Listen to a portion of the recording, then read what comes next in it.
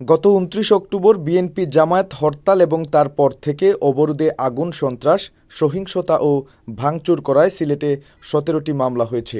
এসব মামলায় বিএনপি জামায়াতের ৩৮৬ নেতাকর্মীর নাম উল্লেখ করে আসামি করা হয়েছে। এছাড়া অজ্ঞাতনামা আসামি করা হয়েছে আরও ৬৬০ থেকে ৮১২ জনকে। এসব মামলায় এ পর্যন্ত ৫০ জনকে গ্রেপ্তার করা হয়েছে, যাদের মধ্যে এজাহারভুক্ত ২১ জন এবং অজ্ঞাত ২৯ জন।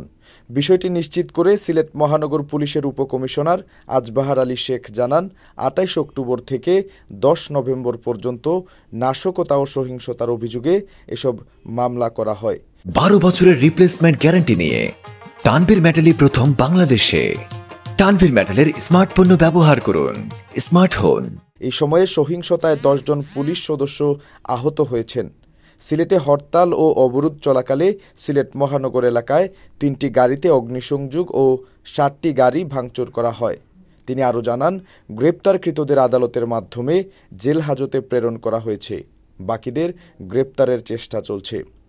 এদিকে বিভিন্ন দাবিতে বাংলাদেশ জাতীয়তাবাদী দল যে লাগাতার আন্দোলন করছে, দলটি বলছে এটি তাদের ডু অর ডাই আন্দোলন। দাবিগুলোর মধ্যে প্রধান হচ্ছে আওয়ামী লীগ সরকারের পতন। এই দাবিতে গত ২৮ অক্টোবর রাজধানী ঢাকার নয়াপল্টনে আয়োজিত মহাসমাবেশ শেষ করতে না পেরে পরের দিন হরতালের ডাক দেয় বিএনপি। পরে দেয় ৩১ অক্টোবর থেকে ২ নভেম্বর পর্যন্ত ৩ দিনের টানা অবরোধের ডাক। এরপর দ্বিতীয় এবং তৃতীয় দফায় ২ দিন করে ৪ দিন অবরোধ পালনের পর চতুর্থ দফায় আবারও ২ দিনের অবরোধের ডাক দিয়েছে বিএনপি। বিচ্ছিন্ন পিকেটিংয়ের মধ্য দিয়ে সিলেটে এসব হরতাল এবং অবরোধ পালন করছেন বিএনপি জামায়াত নেতাকর্মীরা। এদিকে নাশকতা এড়াতে বিএনপি জামায়াতের ডাকা অবরোধ আর হরতালে পুলিশের পাশাপাশি র্যাপিড অ্যাকশন ব্যাটালিয়ন র্যাব এবং বর্ডার গার্ড বাংলাদেশ সদস্যরা মাঠে ছিলেন।